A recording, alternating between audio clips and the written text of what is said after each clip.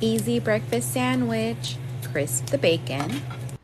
Get 2 eggs, add green onions, some black pepper, and some milk.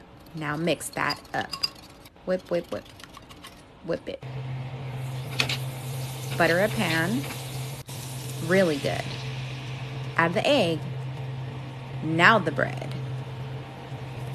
And the other piece. Give it a couple minutes.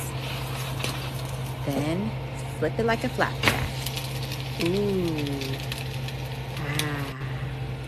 Now add some cheese. Let's make it real cheesy, you guys. Then add the bacon. Okay, let's cut it into a couple pieces. Look at those grill marks. Take that excess egg off and voila.